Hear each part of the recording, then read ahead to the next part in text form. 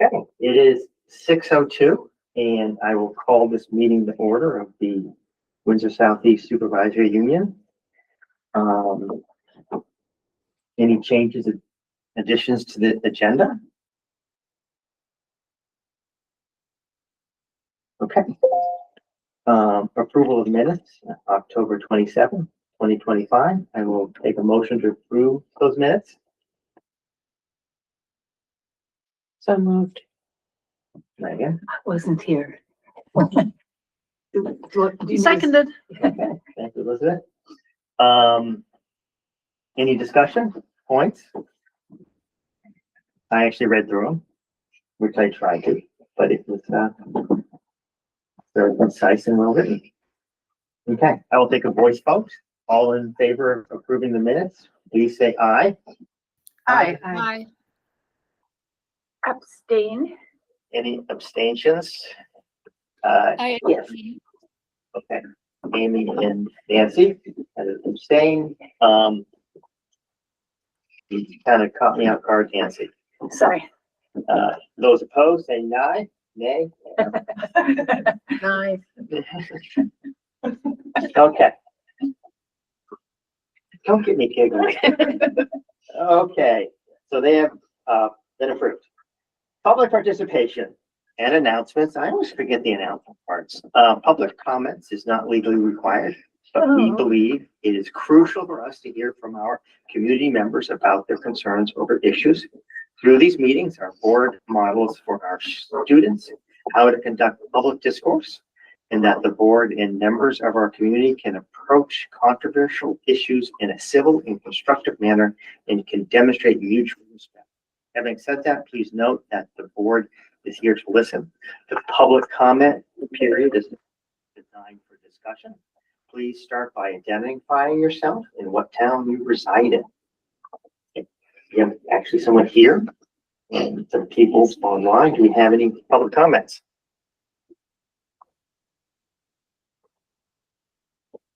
Hearing no public comments, any announcements?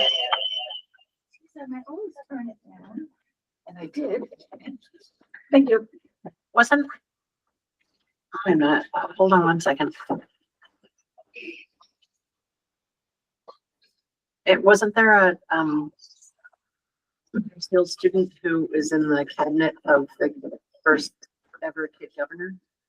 There is, yes. A student who was a finalist, and we watched the video at the Weathersfield meeting the other night. He focused on improving food quality. His last name is McNaughton. I'm going to forget his first name. I can look it up. That's pretty great. And it was incredible. And the kids all watched. It's Galen McNaughton is his name. Oh, thanks, Anne Marie. Did he get to be on the cabinet?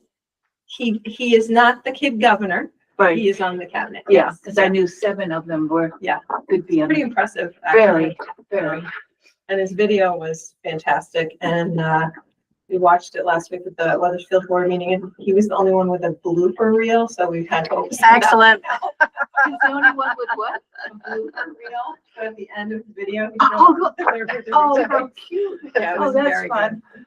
Yeah, but to make it that far is Yes. quite an That's great. accomplishment. So yes, very exciting. So hopefully next year we'll do it again. It's the first year for it. So Awesome. So as usual, my wife attends the Albert Bridge dinner, the Thanksgiving feast. She said that by far this was the best year ever. Which is so well organized, the food was good, and so many people participated. Good turnout. So it was wonderful. So And I went to the ACE Thanksgiving dinner, and that was spectacular too. And it was very well attended. And most of the lots of the faculty came also, Okay. which was great. Okay. Any other announcements? Oh, the play? No. Not yet. It's next week. It's coming up, yes, the first full week of December. Yep. At the end. And I think from what I heard, it's Friday, 2 on Saturday, and one on Sunday. Wow. It's a lot Wow. of play. There'll be a lot of looking. And it's Mamma Mia. I was gonna say, Yeah. And it's not the junior version. It's long. Yeah. I go to every one. On And, Saturday, I'm gonna have to nap between plays.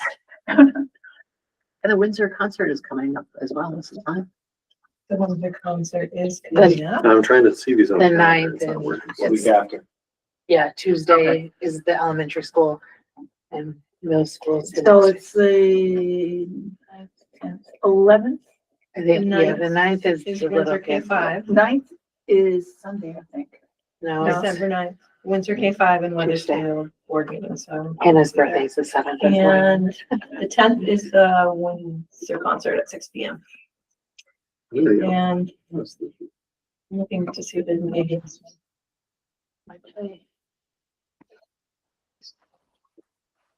Yes, got a new music teacher. Yes, Mhm. I know there's a concert, I'm just not sure if it'll. Someone Before the I know holidays I or love is before on the after. play. Sammy is one of the Moss. Okay, is that it for announcements? Policy discussion, followed by motion if needed, and we have a lot of motions tonight. I will take a motion to approve C8, pupil privacy, that is the third reading. So moved. Second, Okay, any discussion? Reading through this again, it's fairly boilerplate. It covers several required laws. And, yeah, anything else? Yeah, I recall our update is we changed parent to legal guardian. Was that, I think that was the only edit we made, right? The right of a legal guardian. Yeah, Yeah. I'm just looking at the language again. Yeah, it's Yep. very straightforward. Okay. And so I will take a roll call vote. Davis? Aye. Nancy? Aye. Elizabeth? Aye. Amy? Aye. Megan? Aye. Anne Marie? Aye. Did I forget Nancy? no, No, you got me. you forgot Megan is going around the table. Oh. Heather? Aye. Oh, thank you, Heather. And I think that's it. John here? Okay, so that passes. D8, I will take a motion to approve D8, selection of library materials. This is the third reading. So moved. Second, Okay, any discussion?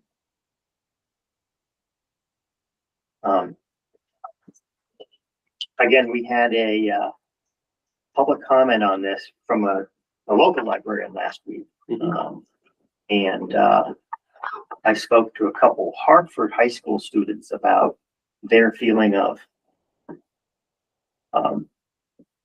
not really having books in their library, and it just like, there's no impact, and no one took them out anyway. And I asked them if they had resources, and they went through a few of the resources. So, But but it was one of the things I wanted to bring up during the thing. Act 1 does require that all students have access to printed materials, mhm. printed library. Where is it?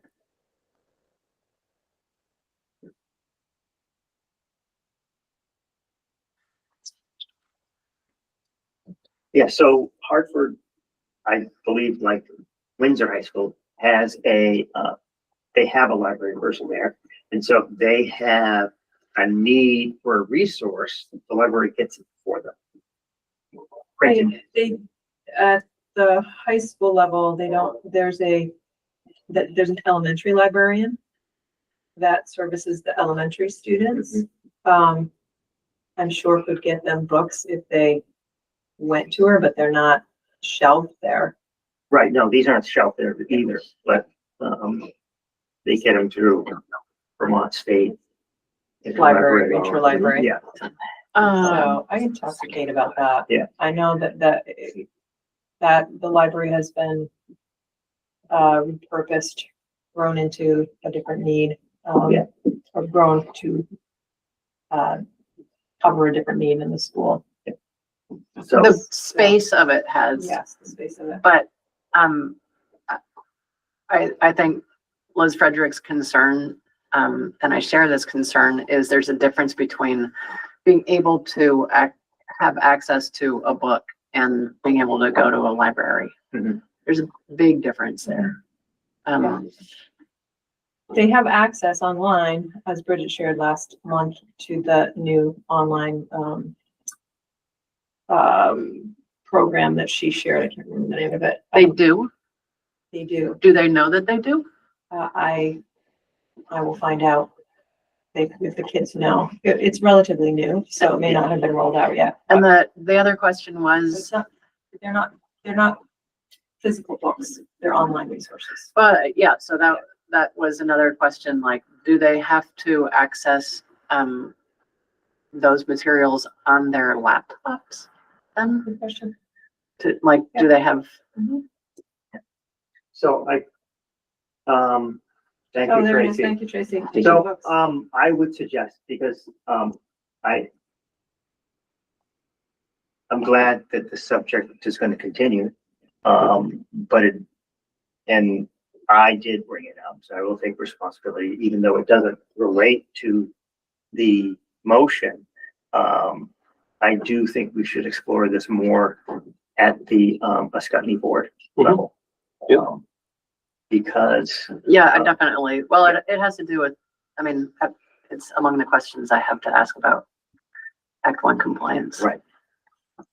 And so if there's Act One compliance or any other, regardless, I think Windsor High School would be better served to deal with this proactively than waiting until a law comes out. So Mhm. I Yep. would support Davis and anyone else on the Ascutney School Board to further explore this. And I think it's important that students have outside the classroom resources to get the materials they need to explore topics of their interest.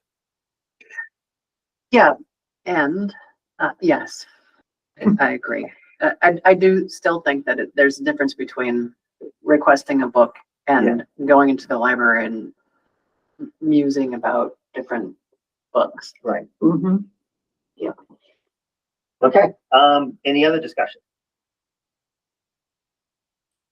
Yeah, I'll just say I'm happy to continue looking at that topic because I think, would it be possible to get, to have board members have access to that platform? I'd just be interested in seeing what it entails. Like I've used, online research libraries before, pretty effectively. I guess I just want to see what kind of depth of resource they have on this. Because the reality is that a lot of what we, probably even a decade, 5 years ago, would have considered printed resources, a lot of those are just available in their digital form and could be in the law. I guess I'd be interested where it says printed resource available or print resource available. Does it mean that they're able to access something digitally and print a hard copy if they need to?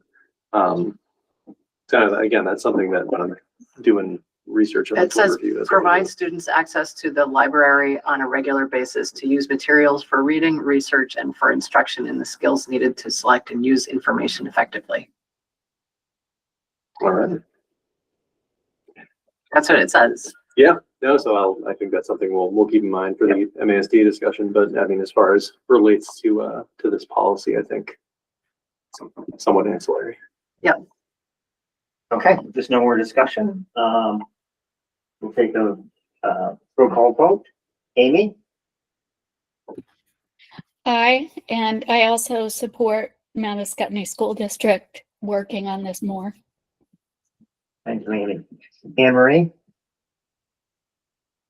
Aye. Heather? Aye. Aye. Aye. The pirate vote. Elizabeth? Aye. Megan? Aye. Nancy? Aye. Davis? Aye. And I'm an aye. Okay. F5, behavior threat assessment team. Third read, I will take a motion to pass F5, behavior threat assessment teams. So moved. Second. Okay, any discussion?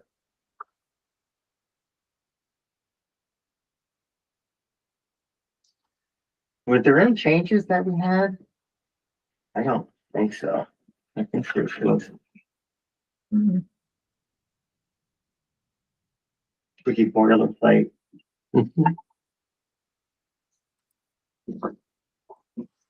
Basically saying we need to have a behavior threat assessment team. Laying out how that should happen.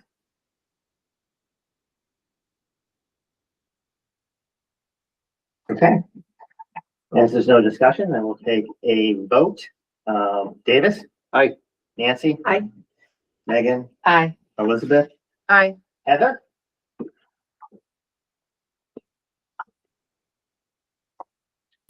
Aye.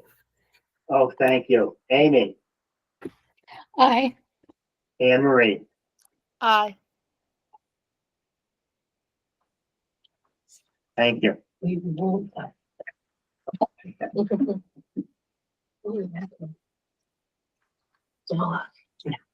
Okay, I will take a motion to pass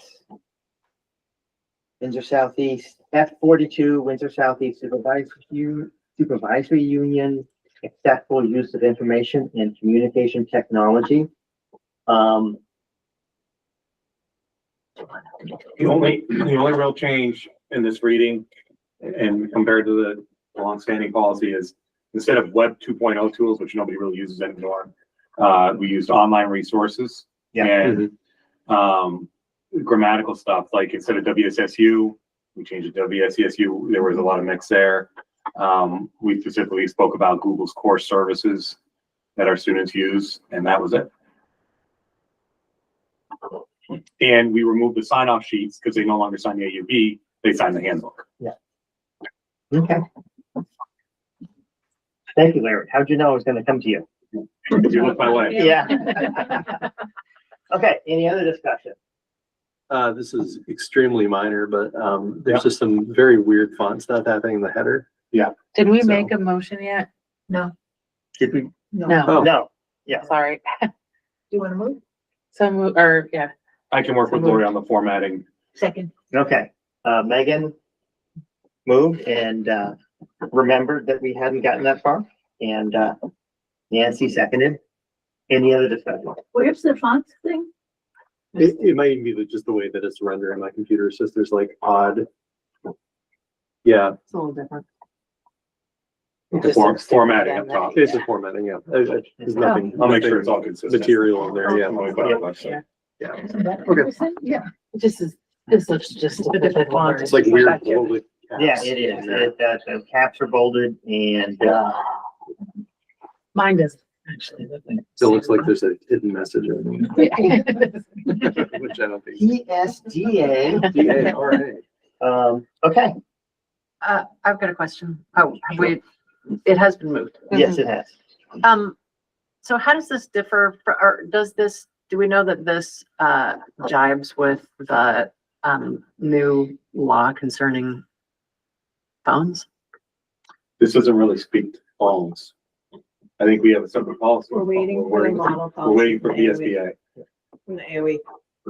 This is more about students' email, Chromebooks, staff and their email and it's school issued devices. That we own them, and that kind of stuff. Doesn't really speak to, cell phone. We're waiting for the VSBA. We're waiting for a model policy from the AOE. It's supposed to be out by January. That's what I was told last time I asked. I guess okay, This policy basically updates our longstanding policy to make sure, I have to show this policy every year for E-rate, that we will comply with the Child Information Protection Act, which is a federal law. And this is one of the ways that I show that and then they ask for filtering information and screenshots of our filter and stuff like that. do you think that when that policy comes out, we could make sure that these jibe? That was really my question. Yeah, we'll have, hopefully that on the agenda soon. Is it fairly clear in the sign off when parents in the handbook that this is, They're signing off on this as well. well, they're signing off on not that this is regarding the use of Windsor Southeast Supervisory Union's AUP. technology. Yes, I believe it does, and we're gonna make sure, and that's one of the reasons we had to do the policy first. Yeah. When the next handbook comes out, it will say that more explicitly Okay, than it currently does. Yeah. yes, I just want to point out too, this policy does touch on personal devices under unique local situations. Mhm. So I think I mean, in my reading, that provides some kind of broad frameworks that could be referenced or cross-referenced when the new policy comes out. But it is in there. There is some Where? talk about Under what? unique local Unique local. situations. It's page 3, I think. Yeah, Yeah. page 4. Near the top of page 4. Oh, yeah, yeah. It essentially says that we can, in limited situations, authorize the use of those devices, which I think actually does kind of jive with our current cell phone policy, in which we don't authorize, but we We can. don't have a current policy. Oh. We have a practice procedure. Sorry. Speaks to, no, that's a meaningful Yeah. distinction. Yeah, it speaks to our current practice and procedure, but I think it leaves space for that policy to come in and fill in the gray area. So the way, just to read it out of the first set paragraph. The building administrator may at their discretion authorize the use of specific personal devices in designated locations at determined times. Without such express authorization, however, personally owned computers and related systems shall not be connected to the WSSU network, nor shall they be used on school property, blah, blah, blah. Yep. so basically what that means if, a common example would, if you were doing a regional, staff development. Yeah. With multiple school districts coming there, you would create a guest pass and those people could log on to our AP and they would fall under this policy. You got it. Okay. Okay. Any more discussion? Good questions. Yeah. Okay, we'll take a voice vote. Beth? Considering I just got in the meeting, I'm gonna abstain. Okay. Thank you. Anne Marie? Aye. Heather?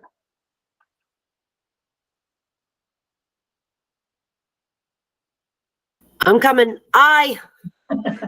Amy? Aye. Davis? Aye. Nancy? Aye. Megan? Aye. Elizabeth? Aye. And I am an aye. Thank you. Okay. Moving right along. I will take a motion to pass the health and safety policy. So moved. Second. There's no number on this. C80. C80, there it is. Okay. It's not in there. Okay, any discussion?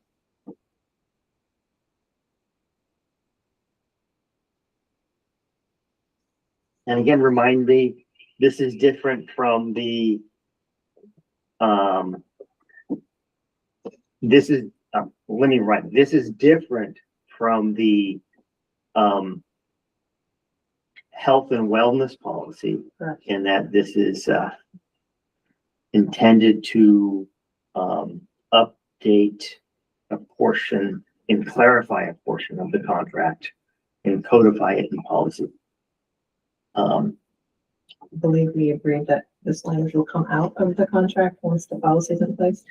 It's not so much coming out of the contract.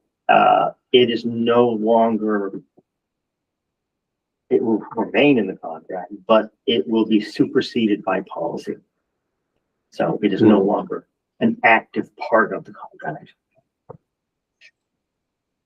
Yeah, and looking at this, I mean, I recall in the past couple of meetings, this cross-references a bunch of existing policy and more explicitly states that we're complying with VOSHA or OSHA. Mhm. And, cross-referencing is very important. Yes. So it sort of ties everything together. Yep. And I have to thank the administration for putting the time into this and getting legal to participate. Mhm. Any other discussion? Okay, I will take a voice vote. I will start with Elizabeth. Aye. Megan, Aye. Nancy, Aye. Davis. Aye. Beth, Aye. Anne Marie, Aye. Heather, Aye. Amy, Aye. and I am an aye. Okay, thank you. I will take. So, C28 transgender and gender non-conforming students. Is this the third read? Yeah. Yes. Okay. I will take a motion to pass C28 transgender and gender non-conforming students. So moved. Second. Second. Any discussion?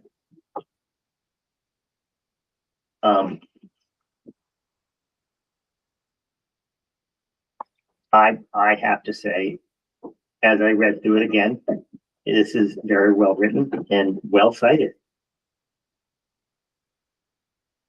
Yeah, I'll agree. I think that this update, this kind of made the language a little bit more readable from the preceding policy. And I think just terminology wise, like the definitions are a lot clearer and the references to state law are, I mean, they were there to begin with, but I think this definitely just reads a little bit more straightforward. Yes, definitely. Any other discussion?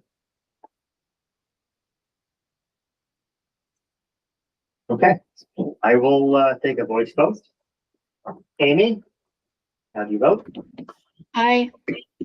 Heather, Aye.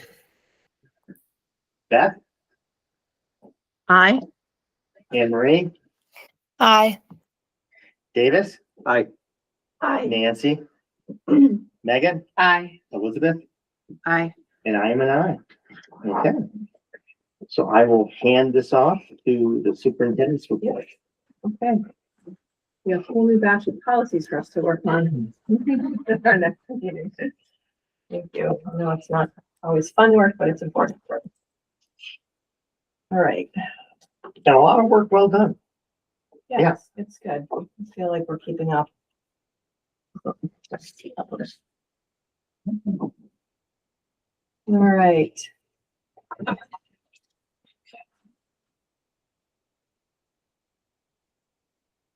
All right, I'm gonna start tonight, as I usually do, with a little bit of, sharing of how we're doing with student success and engagement. I've got a few, pictures up there which show that our students, once we complete our STAR, assessment in the fall, teachers get together, we do data dives, we set goals, classroom-wide goals, and students start setting goals as well. The younger the student, the more in line with the classroom goal those their independent goals are. As they get older, they start to set more independent goals. We call them WAGs, wildly important goals. I know at one of our schools, the principal meets with every student in grades 3 through 8, and they look at their VCAP scores and they set individual goals based on the amount CAP assessments as well, which is it's really motivating for the kids actually to have somebody sit and talk with them about where they are doing really well and where they can do some extra effort. So those have been happening. I included a flyer for a math night. We've started our community engagement sessions around the SU. This was Westfield. I happened to be able to attend last week. It was quite impressive. All of the different stations that were set up. There are a lot of make and take stations as well, where you could make an activity that you could take home and practice with math facts. There were games that they were able to take home. So really just a wonderful event, which was well attended, and getting kids to have more confidence in math. We had a photo booth with a sign that said math something. I mean, it was very, very clever. So it was a great event. And I know that all the schools are working on creating these community engagement events across the year. Always working on culture and student wellness. I just had to shout out, our food service director, Ian Rose. He applied for a fruits and veggies grant and he received it. It was awarded to us and he has, I mean, put a lot of time and energy into making the food visually appealing and kids walk by all the time and snag fruits and vegetables and eat them. It's really great. So, this is a common scene across the schools. It's pretty impressive. So a shout out to Ian. That really does impact the culture. I mean, I think that's a great idea. Instead of just putting something on Yeah. a tray that might be thrown away, this is picked up and. he actually, since I took this picture, he purchased with some of the grant money, small refrigerators that are in the buildings now. I think all of them. And he's able to keep things full. And so kids, I'll watch kids open the refrigerator, take a basket of tomatoes, walk out the door at the end of the day, which is pretty incredible. There's a lot of kids that don't have enough to eat. So just a shout out to Ian for helping impact our culture. The other picture is our students at the student summit, which Tracy's going to talk about a little bit in her report. But I didn't, but there were some staff members and Tracy went and she said it was really an impactful event. So I'm going to let her share a little bit about it in her report later on. I wanted to bring you fall conference data. I don't have a high school yet. Kate's working on it. So this was our fall conference data across the SU participation. You can see we are more parents attend elementary conferences as we get into middle and high school. Okay. The numbers start to decrease a little bit, but as you can see, our elementary conferences are very high attended, very well attended.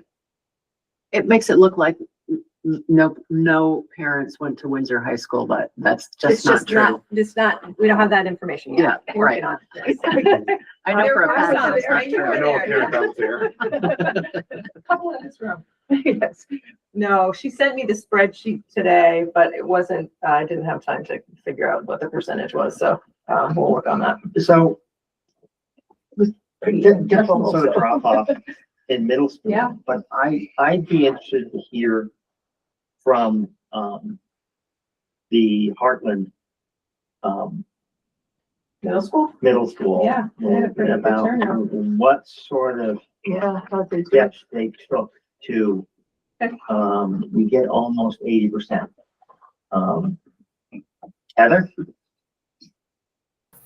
As a Heartland Middle School parent, I can tell you that they offered lots of times in the evenings that were mostly remote.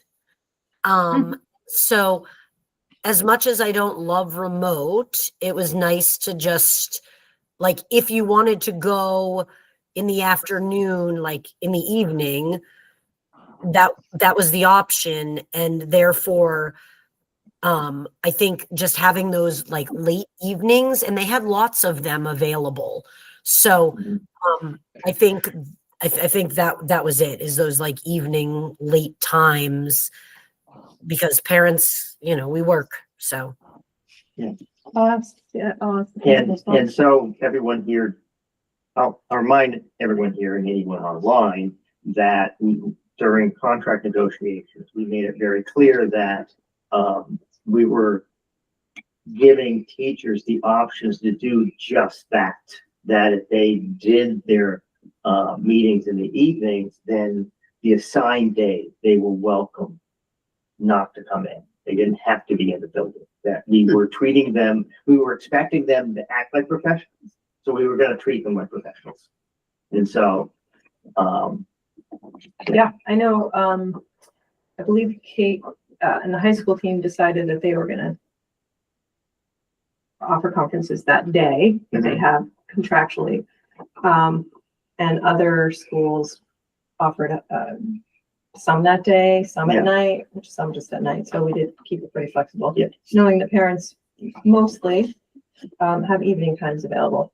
So, I have a complaint that I would like to lodge. And that is that, as a parent of a high schooler, Yeah. there was no thought given whatsoever to the distance between, like, the distance that would have to be traveled between okay. each meeting was only 15 minutes long. Okay. We weren't given time in between meetings at all, zero minutes between meetings. And sometimes that meant going, from floor to floor. If you can't use the stairs, then you have to go all the way to the other end to get to the elevator and back. Okay. And there was no direction about classrooms. And so it created but for people who can't get around very easily, it meant that some of us missed a majority of the meeting. Okay. And that was a shame, Yeah. to have made the effort to get there and not be able to go. Yep, I will pass that on. That's important feedback. Like, it could have been, because we would go from one part of the building to another and then back to the same part of the building. Yeah. It could have been coordinated so that they were all closer and I found that Proximity. whatever I wrote, who I wanted to see, that's what I was given in that order. So maybe think about when you're asking, I just said, all I know is that I have to leave the building by 9:45 a.m. That anything else is, works, but I have to be able to leave by 9:45 was my only. I think if you had asked and explained what you needed, you would Well, get. I didn't know that they were gonna be 0 minutes in between meetings. Yeah, because most of them is in the same hall. So, I just went across this hall or down one room. We didn't, we went up and down. Wow. And it was confusing and also arduous and needlessly. And make sure that gets passed on. Heather has. Yeah, Heather, and then I have a question. And as long as you know, Christine, I will not penalize you in any way for any discussion here, because I believe this is useful. Yeah. Can I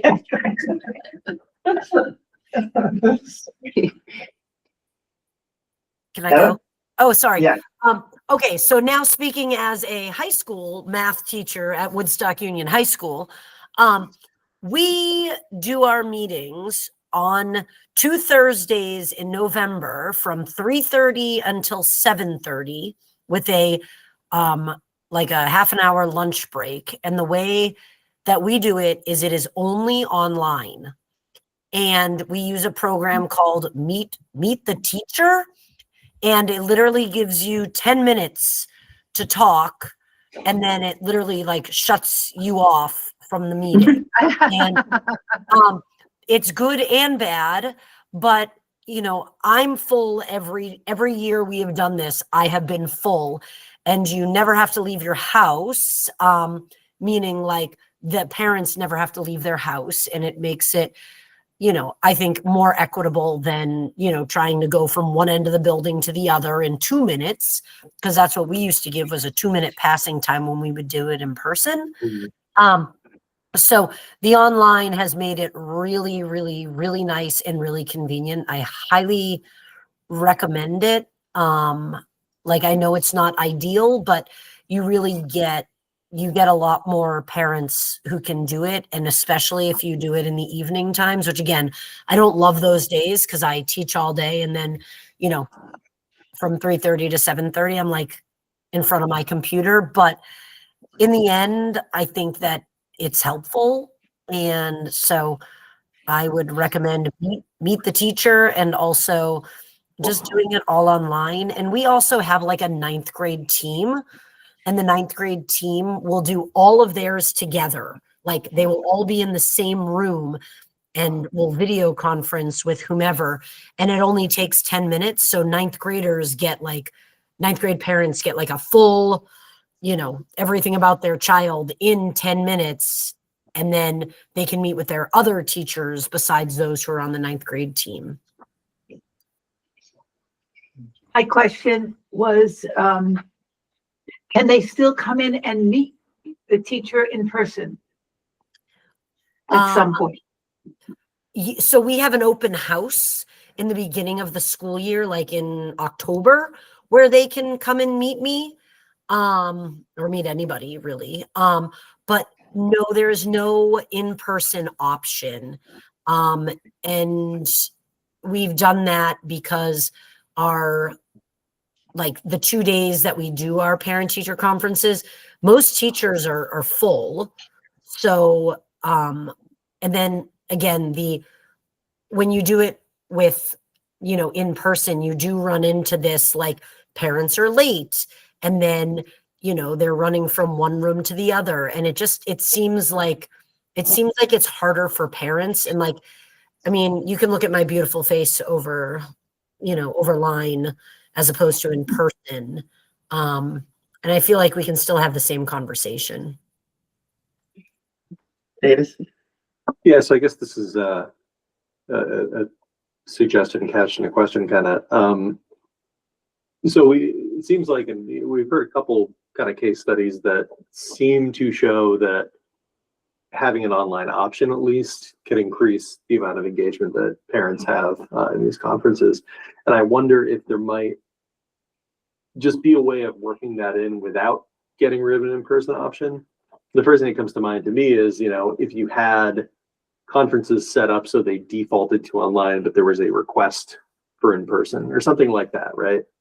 So we're keeping all these avenues to accessibility for folks who might not be as comfortable with technology or have good internet connection, that kind of thing, to come in and do this. But we're starting from a place where we're at, we're not worrying about moving between rooms. We're not as worried about, parking is a big issue. I know at Windsor School, that can be kind of dicey. So it's worth exploring, I think. Megan? I was just saying, I think that is happening already. Yeah, I think That we you had could the pick, option. yeah, we all, Okay. from my experience, we had the option of picking what we wanted. So Yeah. that is already happening. And we also had the option years ago in middle school to meet with every middle school teacher on the screen for conference. And I want to say that a couple of years ago, we had the option of having all the teachers in one room and you could be in the room and it was like a, 20 or 30-minute block where you were in the same room with all the teachers. Which also has, like, it depends on what you want from the meeting. Yeah. I'd like to be able to, when I hear my kid talking about the class, not just the teacher, I want to be able to picture that, that setup. I like the in-person. Yeah. I think it's helpful for the teacher and me and the student. Okay, thank you. Christine? Probably more than you ever wanted to hear, but. That's why I'm surprised about the middle school being so low. If parents realize you could talk to the whole team at the same time, that would be wonderful. Virtually or in the same room. Mhm. That's an important time. Okay. I wanted to update you on the district quality standards. You know that we had to fill out the rubric. So Larry and I worked on that last week. We've submitted. And I'm going to share what we submitted with you. So we took feedback from the board on those governance standards. Larry, myself, and Jim looked at the business department section, and then I worked with Bridget on there was a small section on education quality standards. So this is the business operations section of the survey. Budgeting and accounting, our practices are very solid. Risk management, data management. So we thought we were advanced based on the criteria on the rubric for the business operations section. So who's scoring this? For the business operations sections, it Yeah. was Larry, myself, and Jen. This year it's self-reported. Oh, good, okay. For the facilities management and safety, And they have a rubric that's much more defined Yeah. than this. this is just the form I wanted you to see how we score. they give you criteria for beginning, approaching, proficient, and advanced. Good. So we know we have some work to do, in facilities management. That was really mostly around making sure we have our 5-year plans. up. 5-year plans for all schools, not just some schools, and then also the operations manual. We don't have one, so we're working on one. We're using the state template. We are, I would say 70-80% done with Windsor, being the much biggest school. building by far. And then once we do Windsor, we'll go through all schools because we have to do it by school, not by district. And we felt we were proficient in facility safety. We have our visitor access policies in place. Love to sign in those types of things.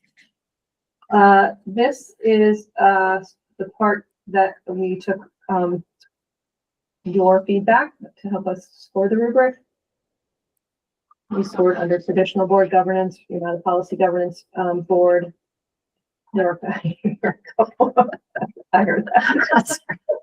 There were a couple of standards. I did put what those meant because this is how it came up, and I'm sharing with you how we scored Windsor Southeast Supervisory Union Board. I submitted that. I got feedback that we had to do it for each board. So we went back in, Larry and I last week, and scored for each board, but they were very similar results. So I'm just going to share the SU board information with you. So proficient in all areas in the standard 113.1, which you can see below. Board following an inclusive process to invite and incorporate community input, division and goals, which we did years ago. Time to do it again. Things remain the same and we're not consolidating. I think it's time to revisit our vision and mission. Setting goals, monitoring academic progress. Those are those categories. This was the next standard. And there were a couple of advanced scores. Yeah. This was feedback from all board members. I think we had 12 responses out of, I think we had 12 out of 16. Total. Yeah. Because that's not just the SU boards, all It's all board yeah. members. So that was that standard. The following one was about the board adopting, revising policies, definitely doing that. Ensures the annual budget aligns with stated priorities. Provides an equitable distribution of resources to help meet the needs and goals of every student. Ensures its members are aware of conditions set forth in negotiated agreements and contracts. Ensures its members understand and comply with Vermont statutes and regulations relevant to board work. Staying updated on legislation and policymaking that may affect the school system and students. And maintains an ongoing relationships with locally elected officials. I'm fortunate to have one. It makes it a little easier. This was the education quality standards section. Balanced assessment. We do have a balanced assessment plan that we've had for the past couple of years. And our continuous improvement plan. Engagement and SUSD support.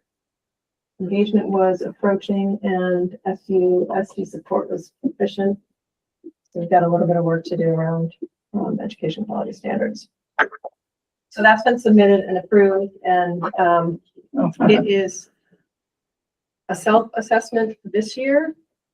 And the agency, obviously, they're looking at it because they noted that I didn't do the individual board parts of the survey. So I think we'll use it to gauge improvement for the following year. Yes, Dave's, I'm sorry, Bill in the chart on me. It's your meeting, it's your section, Davis. Yeah, when those are ready, can we give a look at those at our local board levels? Yeah, absolutely. Awesome. Do you anticipate that'll be ready for a week from today for I can do that. Yeah. Okay. Yeah, I'd just be interested to see it. Thanks. Yep. Okay. Just some general updates. As we talked about earlier, we are waiting for a model cell phone policy to be released from the agency. I know some districts have created their own. I've looked at a few, but I'm just waiting for the ARE to.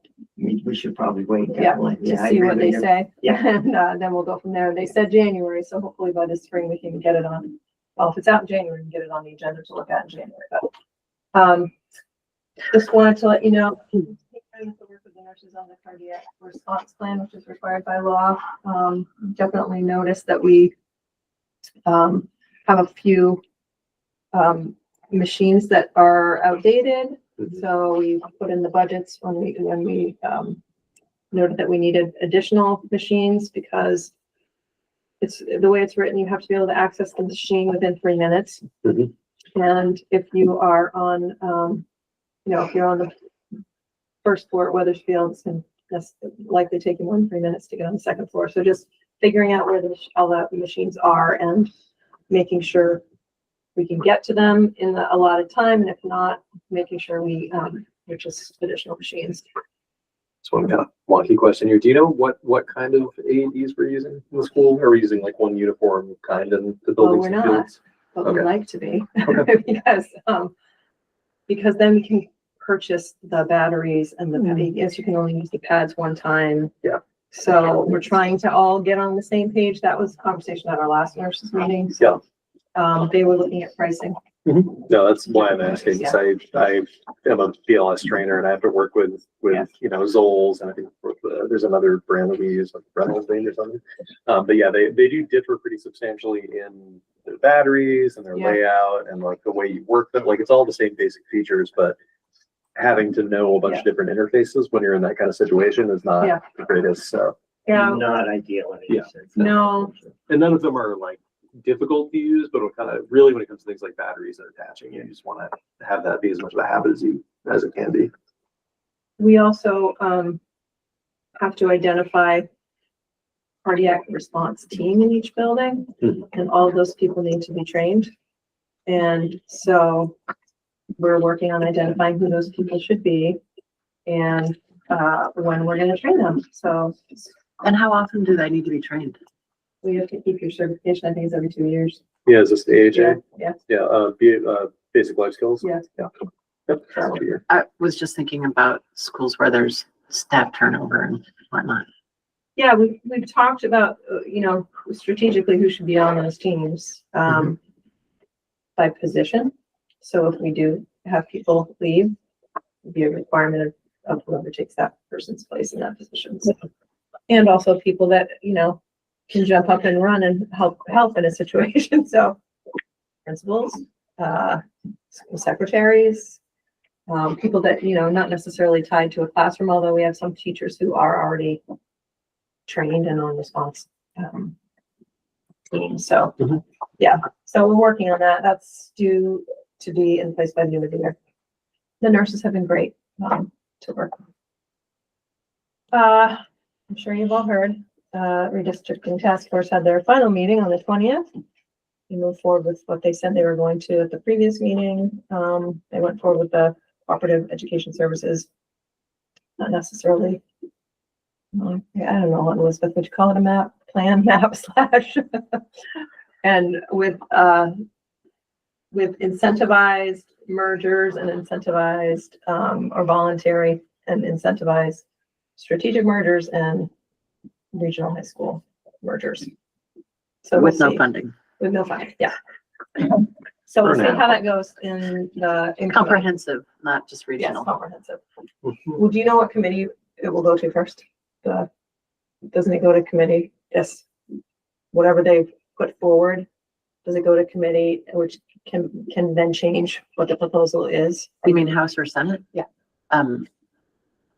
Uh, I thought it went to conference committee in the House or the Senate. no, that's at the end. Emily said it would go to the House Education.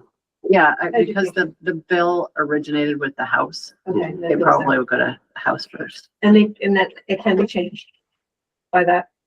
Oh, yeah. They can do whatever they want. They can do whatever they want. There's certain people who are pretty sure that the redistricting task force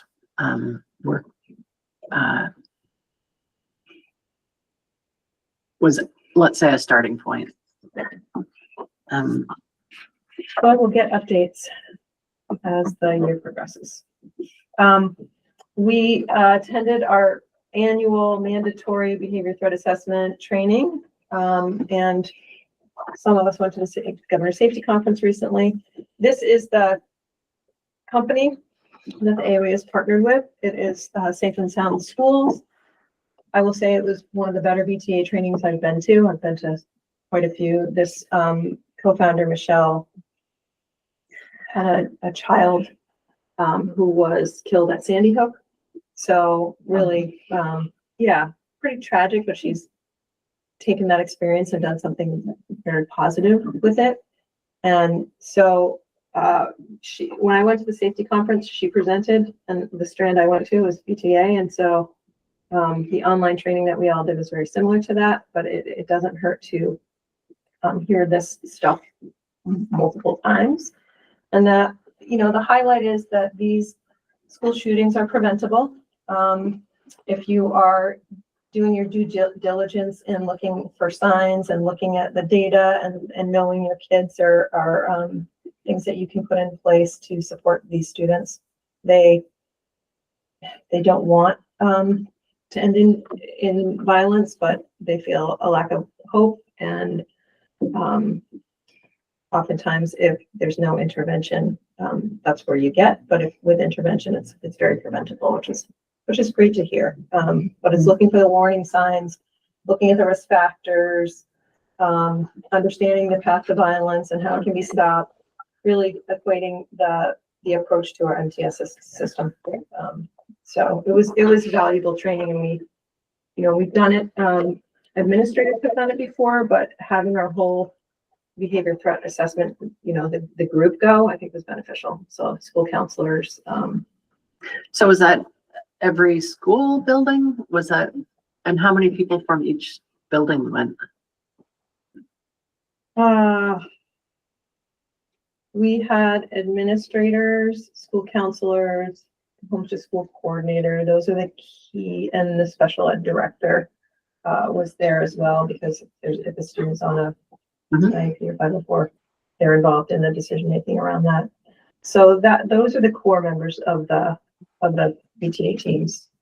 So then how does that get, can you just tell us exactly how that gets communicated with the rest of the staff? If there's a situation.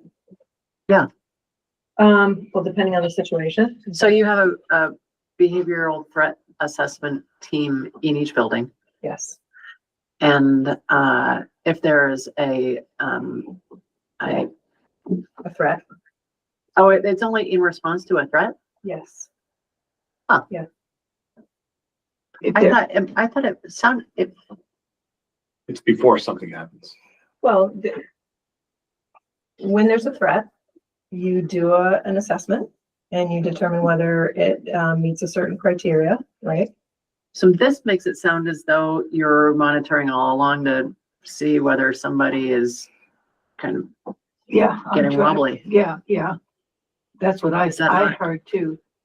That There counselors and things would. there are going to be signs, but typically when you're doing the threat assessment, there's a threat's been made. That makes sense. But we're also looking to stop something that might occur if they see somebody off the rails. Yeah, absolutely. Absolutely. Yeah, I mean, it's saying here prevention, response, and recovery, right? So that's kind of the continuum, and I think the connection to multi-tiered systems of support is pretty vital there. And it's really important when something is seen to know that there is a procedure for the steps to be taken.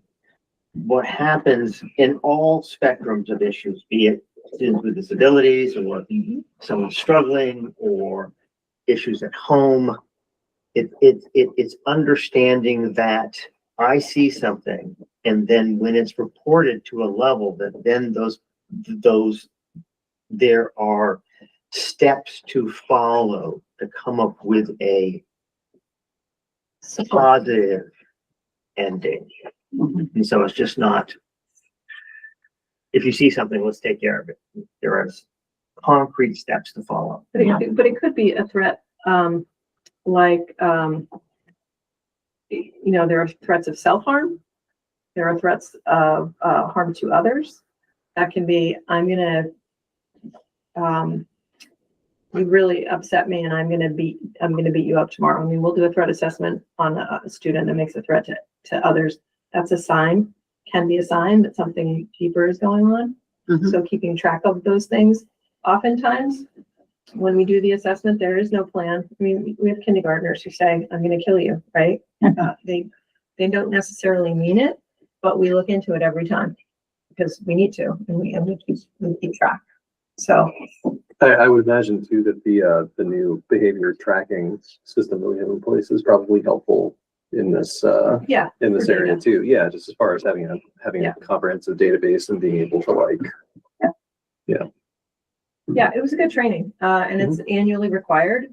This was level 1, there's level 2, so you're required to do 1. We didn't do level 2. I think we're looking into whether we can or not, feasibly do, that training this year or next year. And how did that was required by the state, That was their required, AOE. yes. So how did that fit in with the governor's conference on?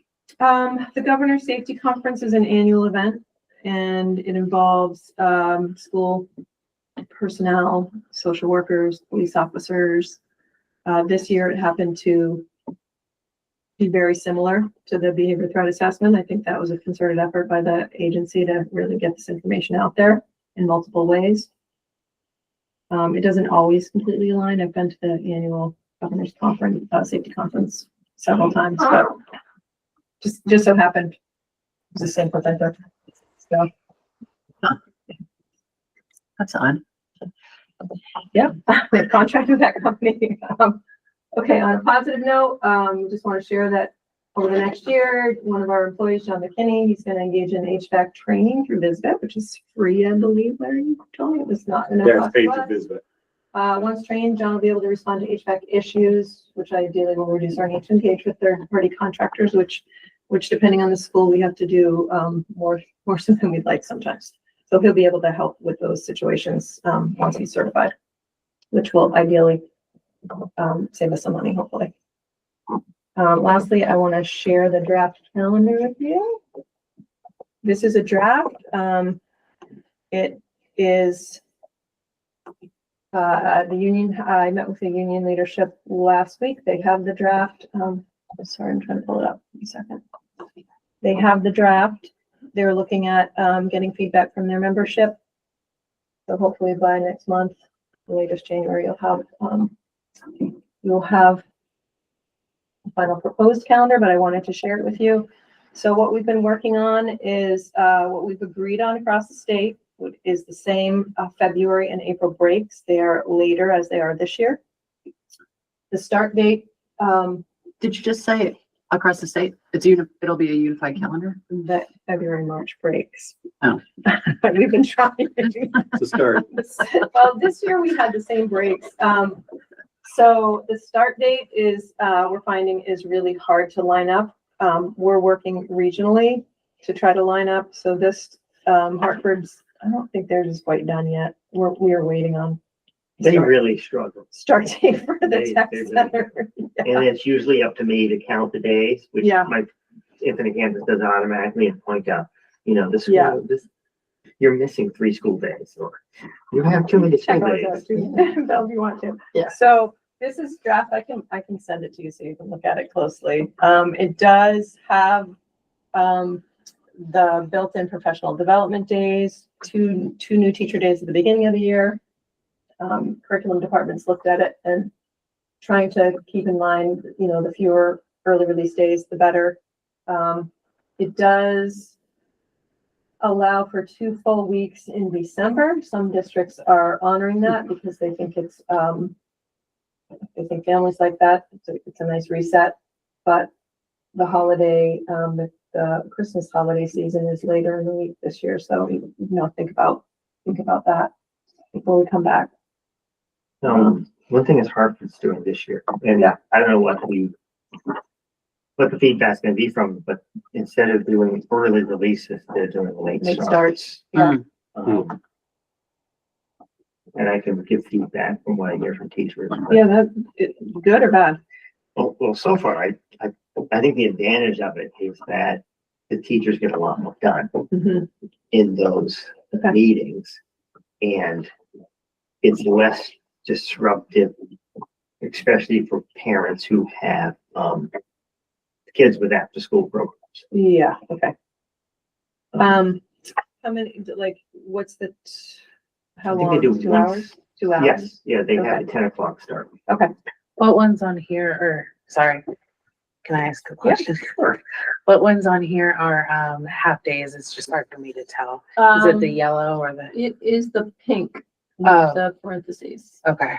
So Oh, they're all over the place. 21st of October. December is traditionally, we do a staff, gathering for culture and wellness on that early release day. I know that they do appreciate that greatly, so. That's a December, February, and then May, so was that 4? We really tried to limit them, we know That's that, for, we know they're hard on families, and part of our work in negotiations was we got rid of 2 of them for parent-teacher conferences, so 4 seems doable, I guess. None are on Mondays. We tried to stay away from Mondays, we tried to stay away from Fridays, but there is one on there, it just. couple Fridays. Fridays are tough, for participation, so. Yeah. Anyway, I can send it, I'll send it to you so you can see it, and, we'll bring it back next month if that's okay. Okay. All right, Bill, that is my report. Thank you, Christine. Yeah. Tracy. So, Hi, everyone. I do want to apologize because I did get the memo from the board and from Christine to do every other month reports. And I got it and somehow I forgot about it and reverted back to monthly. So even though I reported last month, so I'm going to report this month. We decided since I had already shared it, I'll report this month, but then I will skip next month. So let me go ahead and pull this up here.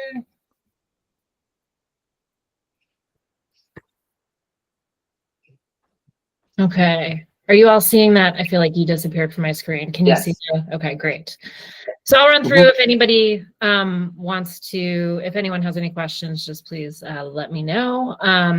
Just wanted to share, this is basically the overall calendar for the year. So this is showing when we have equity coach meetings, those are in pink. I work with ad team once a month, those are in the darker gray. And then the bottom row is when all staff meetings are led by equity coaches in the buildings.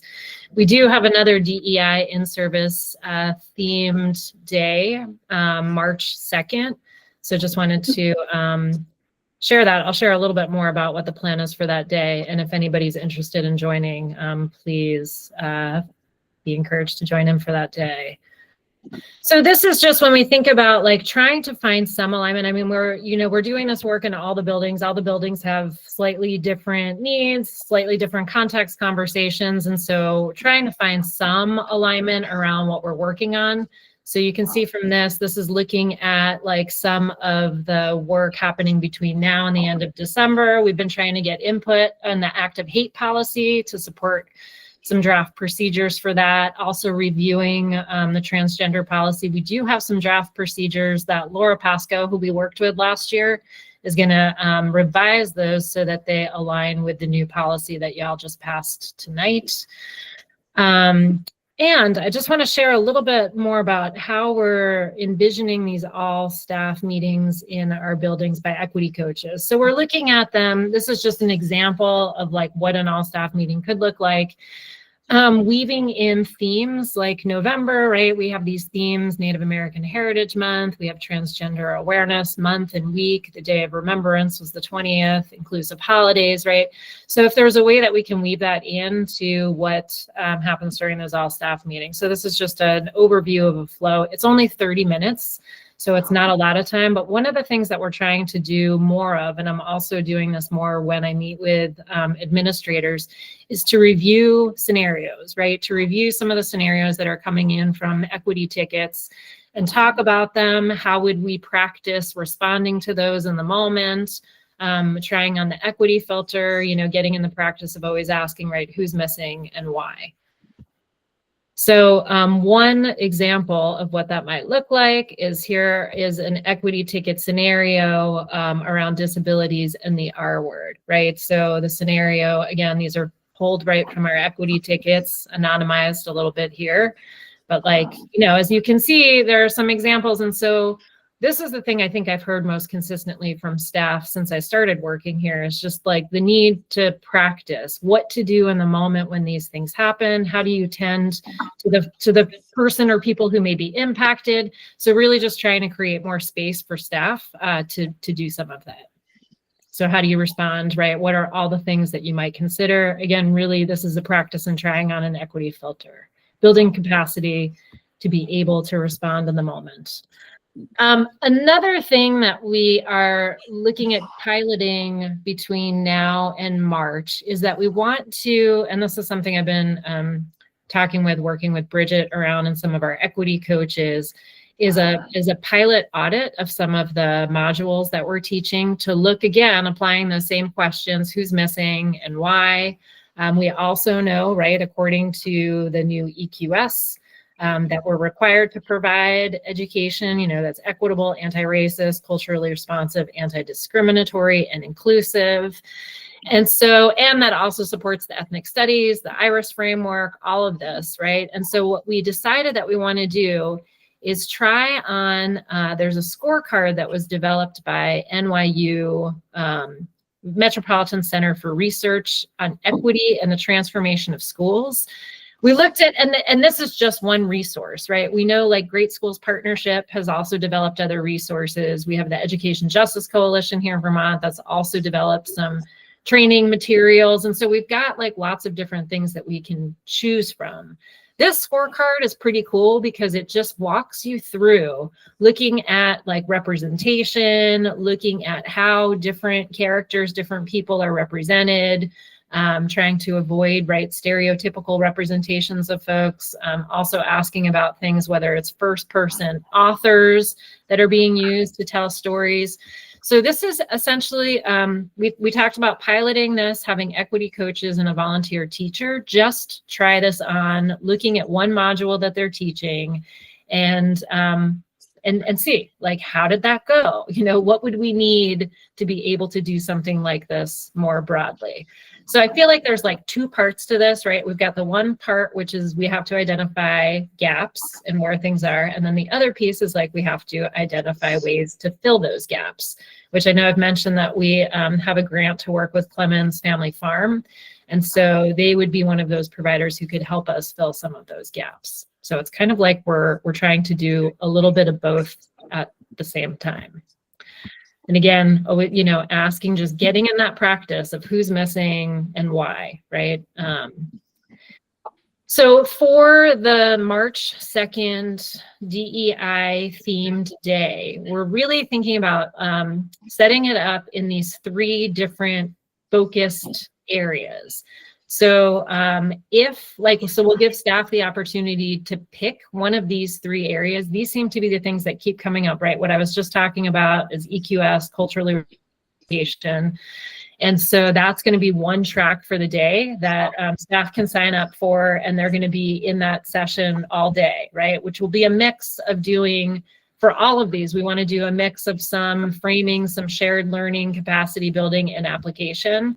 So we'll have EQS, culturally responsive focus. We'll have a universal design learning neuro-inclusive focus, and we're partnering with Hannah Marcos with the Vermont Higher Ed Collaborative.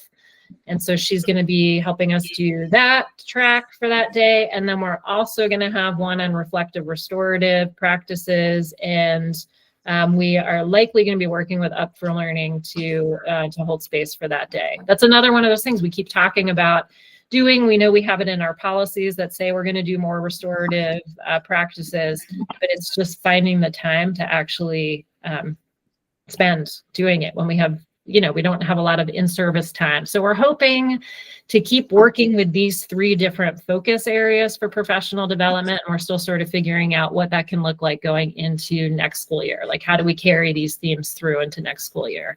And so in this image, you can also see That inner ring, like the diversity, equity, inclusion, trauma transformed, MTSS, collaborative problem solving, those are some of the things that we've already, we've been working on. A lot of our staff are trained in trauma transform practices and MTSS and all that.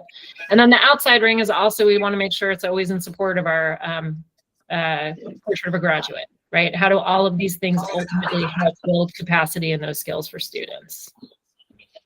This isn't the final version of this, so I'll share once it's finalized, but there's been some work over this last year. I think I've mentioned engaging in this, the diversifying the educator workforce. This is being led by the Great Schools Partnership. And so all of that work has gone into this recommendation guide.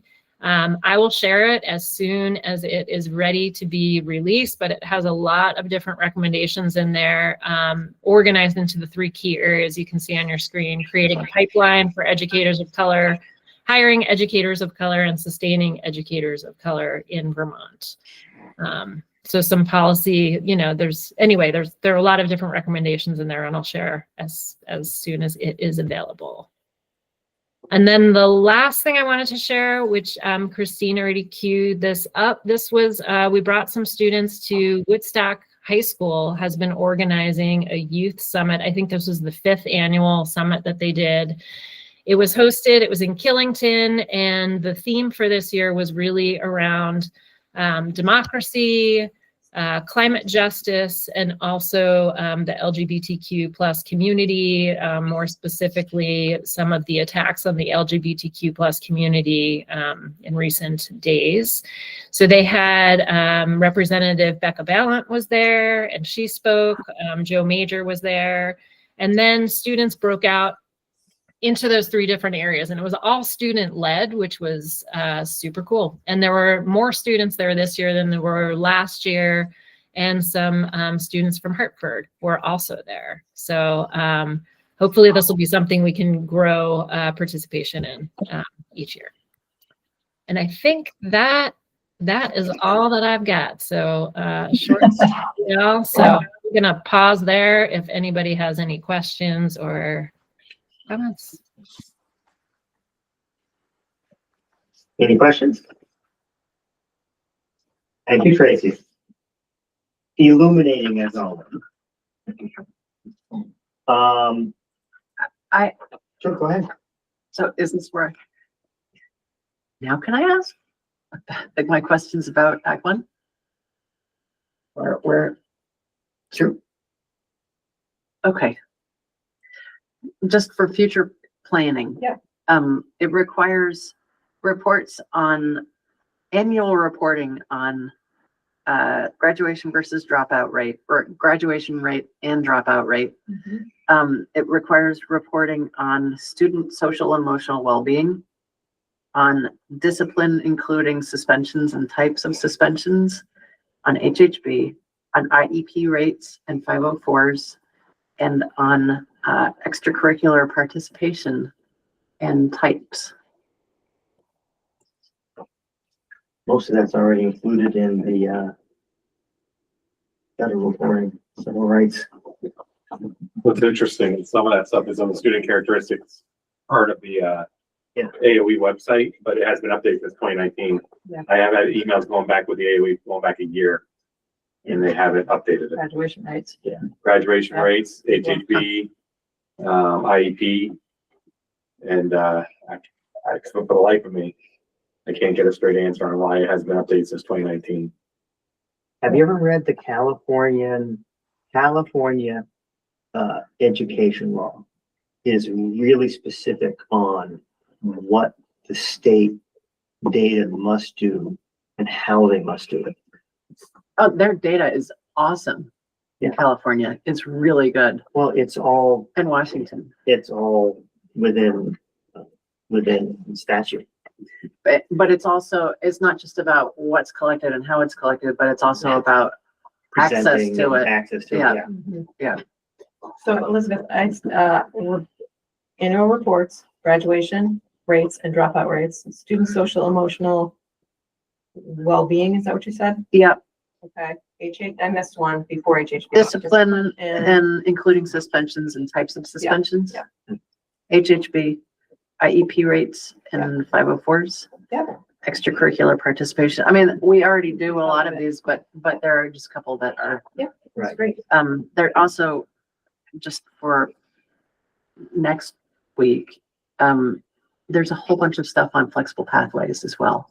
Required reporting on flexible pathways. Okay, yeah, and, CTE, virtual learning, work-based learning, service, like data on Yeah. CTE, virtual learning, work-based learning, service learning and internships, community research, civic engagement, and dual enrollment.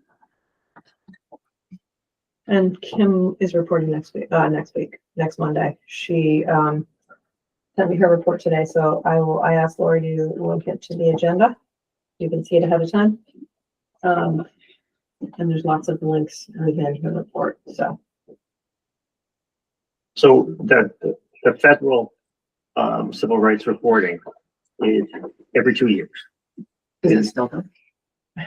Well, it's been 3 years in a row because they skipped one in. They now no longer have a civil rights division. So there's that. But, yeah. But the civil rights division is gone. Got it. Yeah. Well, Okay. you don't have to do that again. But it sounds like this Act One is narrowing that, a lot of those things in which you have to report, 504s on every student who's getting suspended, in school, out of school, gender, race. For your reference, Christine, because I have it up already, I'll just send you a Send me link it, that'd to, be great. because I Thank you. got really intimate with it last night. Weird way. Okay. Thank you, Elizabeth. Items for discussions followed by a motion if needed. A, algebra for 8th grade. We are gonna vote on this tonight, and the reason we're gonna vote on this is because we voted to create it, this board. And so I think through discussion, what we discussed last week, allowing individual schools to create and pursue the path for 8th grade algebra that fits their needs best. And so to be able to do it more organically, I think we've found, and I mean, we as in the educational world, that just having an 8th grade algebra and cutting out all actual 8th grade curriculum can be somewhat detrimental. So I think, so any discussion on that? Because we are doing discussion then.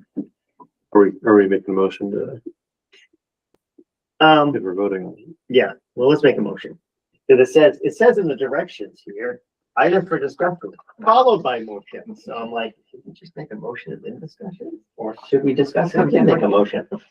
I will take a motion to allow, I will take a motion to rescind our last vote on creating a SUY 8th grade graduation class and allowing individual school districts to pursue this more organically. You said graduation in algebra? What did I say? Graduation. Oh, algebra, yes. We'll take a motion to rescind our vote on 8th grade algebra and allow districts to create programs organically that fit their needs. So moved. Second. Okay.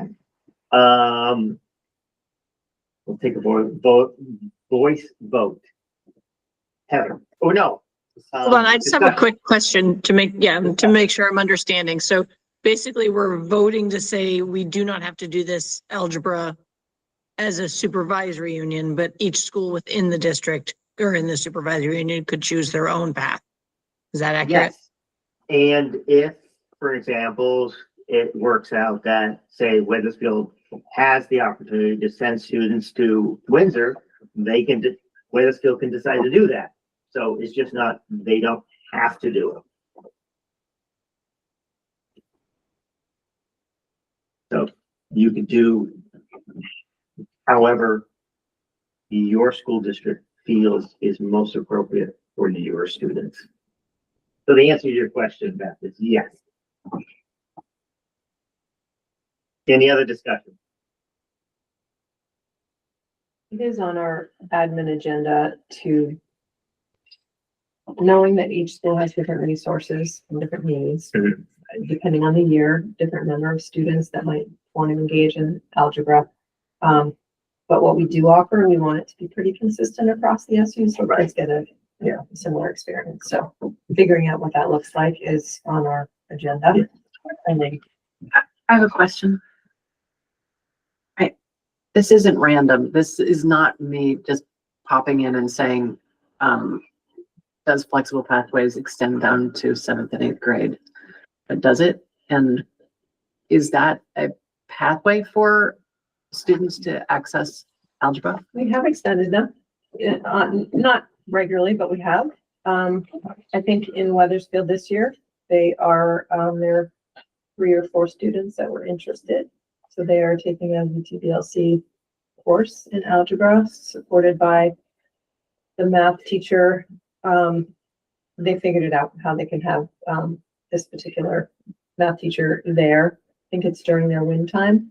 So she may be So like a supporting flipped other classroom? students and they're doing this, Yeah. and she checks in. So, so the answer is yes. I think flexible pathways can be at the 7th and 8th grade level. I'm trying to work it out. Windsor, Mount School District is the only district with a flexible pathway coordinator, and she's specific to Mount, but I mean, she doesn't help, across the SU. So yeah, I think it would be great to bolster those opportunities for 7th and 8th graders. Like, why not? Yeah. I mean, Absolutely. Beth, So would our options be able to, like, we reach outside of our supervisory union then? yes, yeah, there's absolutely no reason why not. I mean, I know, most concrete example of this is Hartford no longer has an 8th grade, algebra. Because they have found that skipping, having a separate algebra class has been detrimental to the development of many of their math students who then try to go on to algebra 2 in the high school. So they're creating other opportunities for students to get those skills if they wish. And they also run a pretty elaborate summer school as well. And so if one example, if Harvard runs an algebra 1 summer school, then there's no reason why Weathersfield couldn't participate and send students up there. Or Heartland. Or Heartland, Right. or yeah. So, Yeah. Yes, Just to kind of boil this all down conceptually, it sounds like what we're doing is that we're freeing up resources that had been devoted to offering Algebra 1 in our buildings and allowing for the flexibility then for students who want to seek that out to do it without maybe dedicating resources that are not being utilized. specifically offering an algebra at the Windsor School. Yes, yes. Got it. Thank you for clarifying that. It's just, I think that needed to be boiled down. Yeah, Definitely. it can get a little up there, but that functionally, that's what we're doing. And it Right. sounds like in practice, some of this is already happening and Right. it seems like there's a kind of model out there that folks are following, so. Okay, there's no more discussion. We'll take a vote, and I'll start with Nancy. Did we say, oh yeah, we did, yes, aye. Davis? Aye. Elizabeth? Aye. Megan? Aye. Amy? I question the overall equity, but I'll say aye. Okay. Beth? Aye. Heather? Aye. Anne Marie? Aye. And I am an aye. Okay, thank you. And Amy, that is something to keep in mind as well. And possibly something for Tracy to keep an eye on as well. To see who are we leaving out.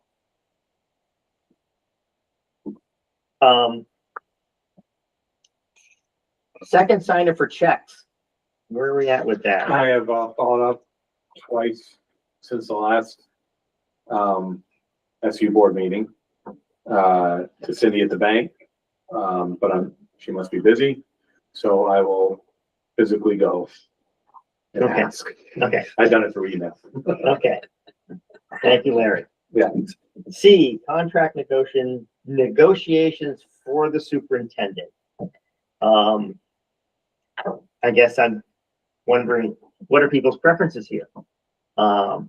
Last time, the board voted to give me authority to negotiate with, Christine. I am happy to do that again. I am happy to have company. What are people's preferences? You do it. I don't think we should be having this discussion until she's been reviewed. Well, we probably won't have this discussion until after she's been reviewed, but I think that this is on the agenda and how we're going to pursue. So, I'm hoping to have the review, finished in January. Davis? Yeah, I mean, I think I understand where you're coming from, but I do think this is like a process, not an outcome question, right? Right. So I think just making sure that we understand in the event that we opt to renew contract, this is where we would go. Right. And obviously if that doesn't happen, then we would do superintendent search and all that fun stuff. No, we've already decided that we're going to hire Christine. That was I'm sorry. No, that was not. I know. Yes, Sorry, I yeah. floated in the hypothetical mode for a minute. Yes, I mean, Yeah, so. there's not a question in my mind, but We offered her the position. I believe she's accepted. yeah. And so now we have to get our ducks in a row to negotiate a new contract. Thank you. Thank you for setting the base of reality for me there. Yes. But yeah, I mean, even more so than like, we know that we're heading that direction. So yeah, we're not talking about the substance of those conversations. Right. We're talking about the structure under which those conversations Right. will take place. Yeah. Because we'll offer that there. My apologies. I will say that, when David was our superintendent, it was the executive committee that negotiated his contract together. And who would be the executive committee now? The chairs of all. Chairs of the board. Okay. Oh, I, And the supervisory union board chair. right.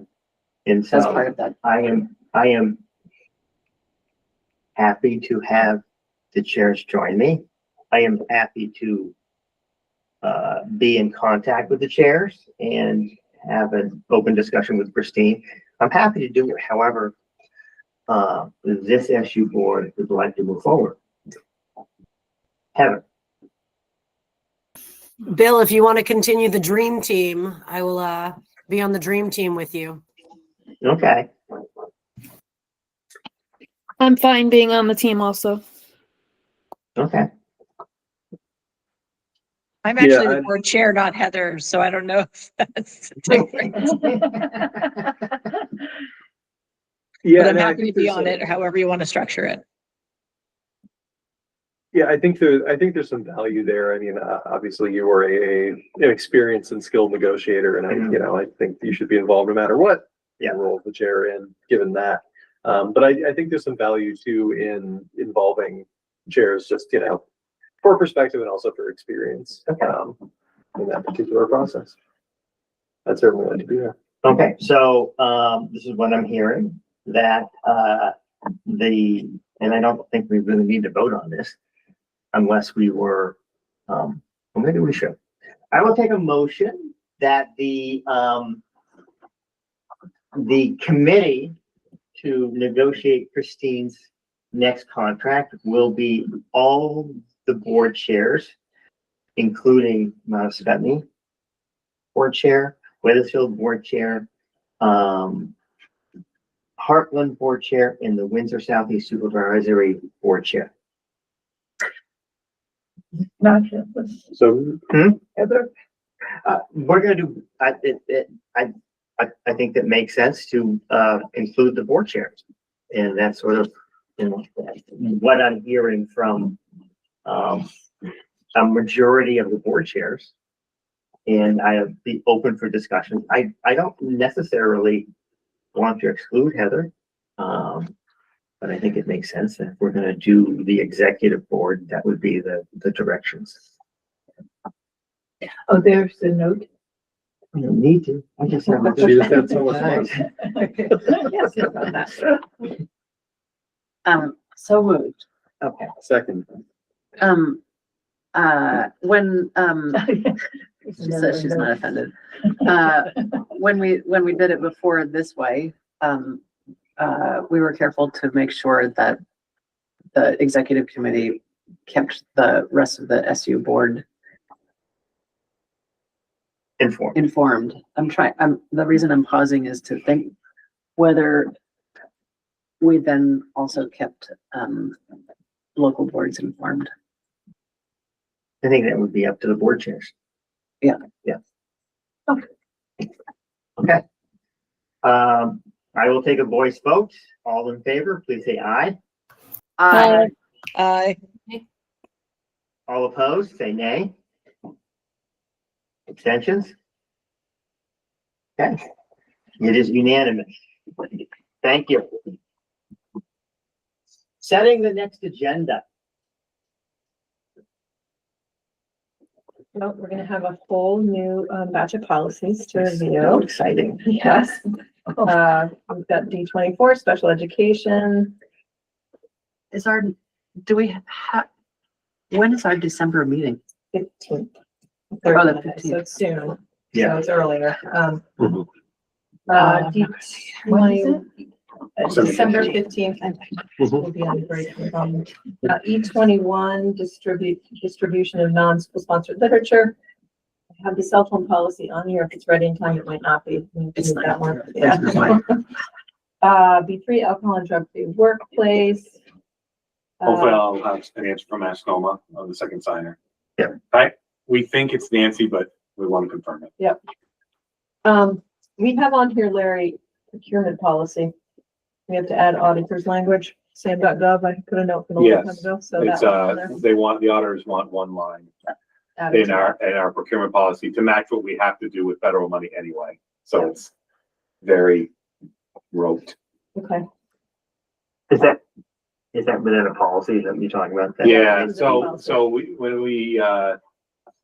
we do money for federal, when we use federal money. Yeah. We have to go on a stand-up and make sure that the vendor's not disbarred. Yeah. They want us to add that to the line Okay.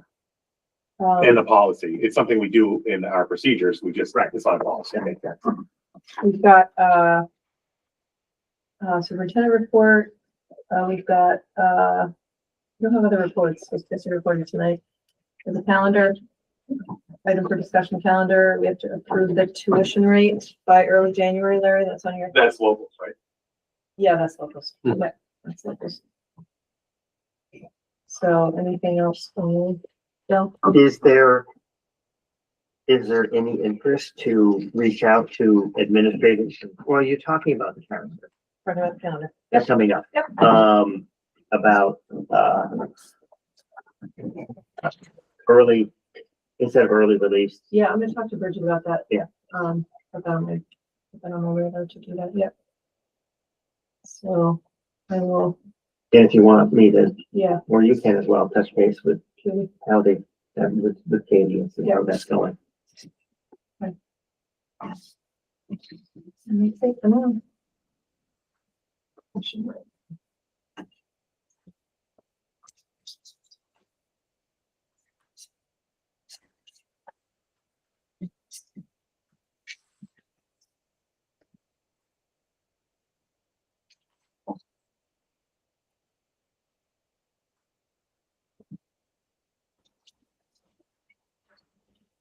Zachary, you still here?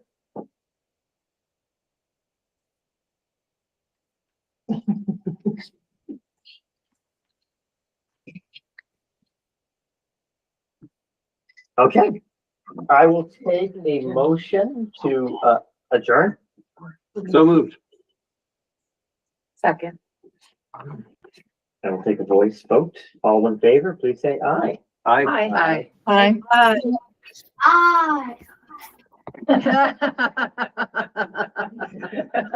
Finally.